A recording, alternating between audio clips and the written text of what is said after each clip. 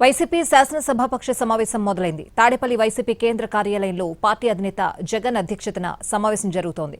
Assembly సమావేశాల్లో అనుసరించాల్సిన వ్యూహం మీద చర్చిస్తున్నారు. ఈ నెల 17 నుంచి ఏపీ అసెంబ్లీ సమావేశాలు జరగనున్నాయి. ఈ క్రమంలో తాజా రాజకీయ పరిణామాలు, ప్రజా సమస్యలపై చర్చ జరుపుతున్నారు. పార్టీ చేపట్టాల్సిన కార్యక్రమాలపై కీలక నిర్ణయాలు తీసుకునే అవకాశం ఉంది.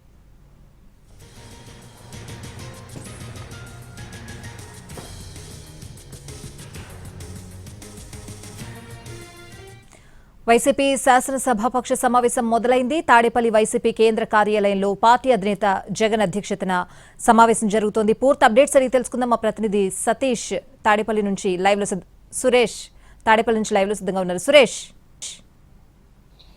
యశ్వాతి, ఏదైతే తాడేపల్లి వైసీపీ కేంద్ర కార్యాలయంలో వైసీపీకి సంబంధించిన ఎమ్మెల్సీలు అదేవిధంగా ఎమ్మెల్యేలతో ఆ పార్టీ అధినేత వైఎస్ జగన్ కీలక సమావేశం కొద్దిసేపటి క్రితమే ప్రారంభమైంది.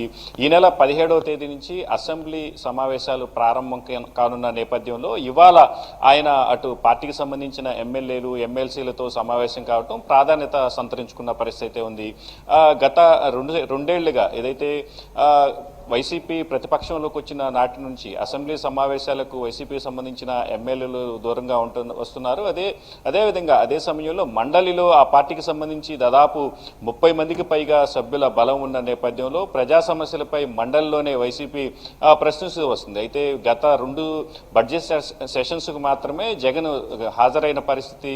అయితే తాజాగా రేపు 15 నుంచి ప్రారంభం కానున్న సమావేశాలకు కూడా వైసీపీకి సంబంధించిన ఎమ్మెల్యేలు వెళ్తారా వెళ్లరా అనే అంశంలో మాత్రం ఉత్కంఠ కొనసాగుతూనే ఉంది. మరోవైపు రాష్ట్ర వ్యాప్తంగా డిఎస్సికి సంబంధించి పెద్ద ఎత్తున వైసీపీ శ్రేణులు యువజన విద్యార్థి విభాగాలతో పాటు పెద్ద ఎత్తున ఆందోళన కార్యక్రమాలు చేపట్టారు. డిఎస్సికి సంబంధించి అటు పేపర్ లీకేజ్తో పాటు ఇటు అవకతవకలు జరిగాయని పెద్ద ఎత్తున ఆందోళనలు చేసిన నేపథ్యంలో రాష్ట్ర వ్యాప్తంగా డిఎస్సిపై చేసిన ఉద్యమానికి మంచి రెస్పాన్స్ వచ్చిందని ఆ పార్టీ భావిస్తుంది. అయితే ఇదే అంశానికి సంబంధించి రేపు అసెంబ్లీ సమావేశాల్లో కూడా వాళ్ళు ప్రధానంగా చర్చించే అవకాశం ఉంది. మండలిలో వైసీపీకి సంబంధించి దాదాపు 30 మంది బలం ఉన్న నేపథ్యంలో గత 2 ఏళ్లుగా కూడా పూర్తిగా మండలిలోనే వైసీపీ తమ గళాన్ని వినిపిస్తూ వస్తున్న నేపథ్యంలో ఈ సెషన్స్లో కూడా దాదాపుగా ఎమ్మెల్యేలు అంటే ప్రతిపక్ష హోదా అంశంతో ముడిపడిన అంశం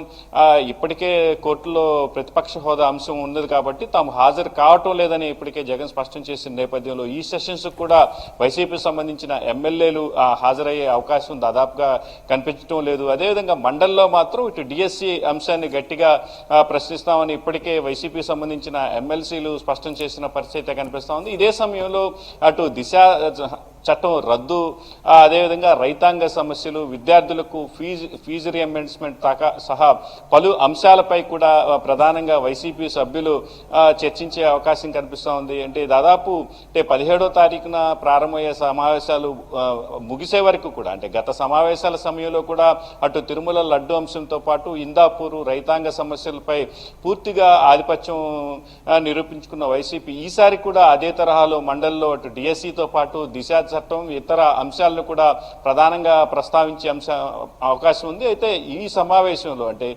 కొద్దిసేపటి క్రితమే తాడేపల్లి వైసీపీ కార్యాలయంలో ప్రారంభమైన సమావేశంలో కూడా జగన్ పలు కీలక అంశాలను ప్రస్తావించే అవకాశం ఉంది.